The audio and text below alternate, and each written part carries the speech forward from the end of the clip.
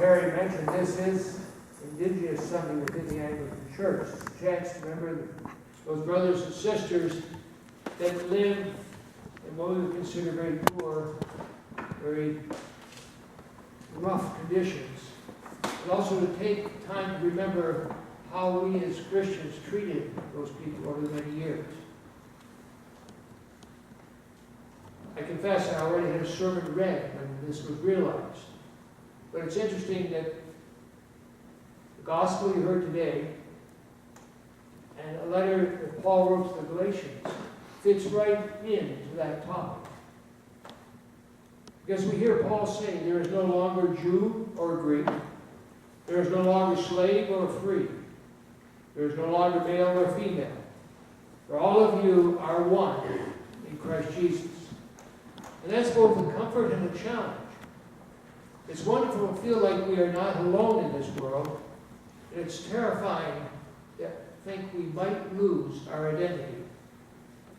Now, assimilation of any kind of hive mind destroys so much of what we value about human experience, uniqueness, beauty, and differences.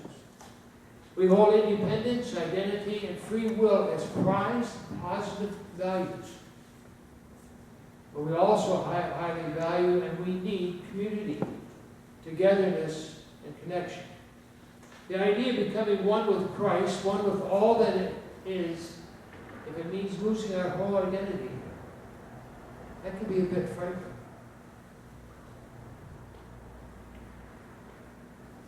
The demons in the gospel, I think very, very different gospel. This is from when Jesus was confronted with the demons and wanted to put them out, and they fought with him. The demons understood that. They begged Jesus not to order them to go back to the abyss. The abyss is that primordial deep, the undifferentiated soup that God's Spirit moves over in the beginning of creation.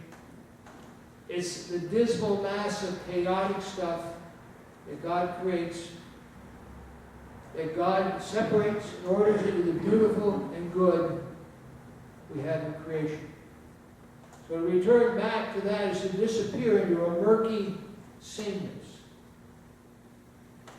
Now, in learning to balance our genuine need for our independence and the equally important, likewise genuine needs of our communities is a lifelong challenge.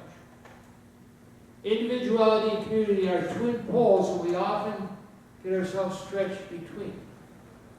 How many of us were raised to stand on your own 2 feet and also take care of yourselves? And then we found that it was impossible to ask for help when we really needed it. How many here have been taught it's better to go along to get along? And the other one that goes with it, don't make waves. Only to occasionally be overcome with resentment because we tend to agree to something for the good of the community that we really don't want to do. So how can we navigate this tension and live with one another in relationships really matters a great deal. So finding the right blend of independence and togetherness is hard. It's like an ongoing balancing act, a kind of marriage between independence and community.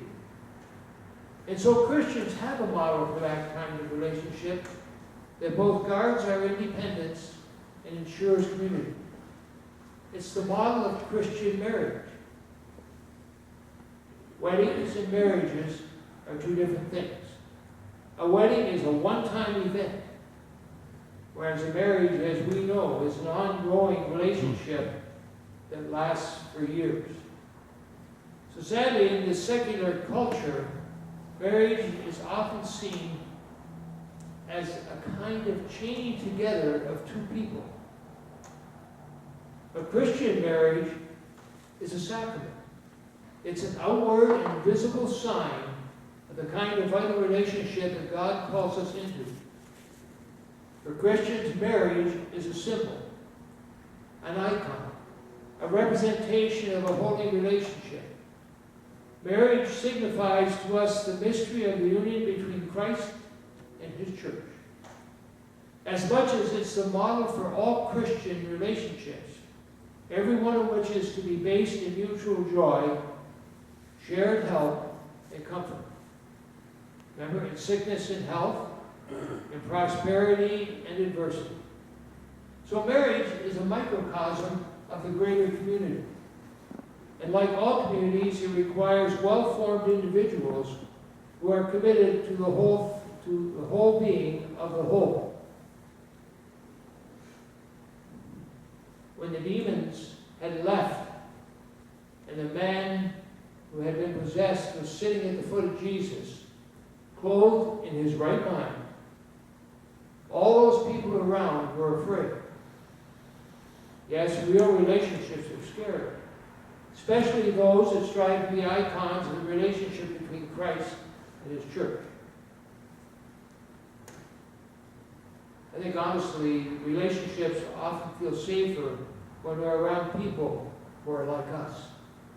People who like us and whom we like.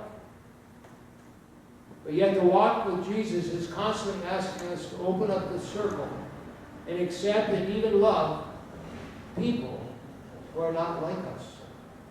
Not by chaining them to us, but by allowing and loving the expanses between us.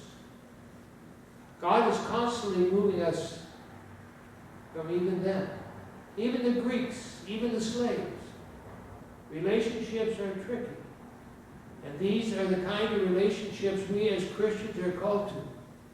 We are called to relationships where a marvelous living side by side takes place.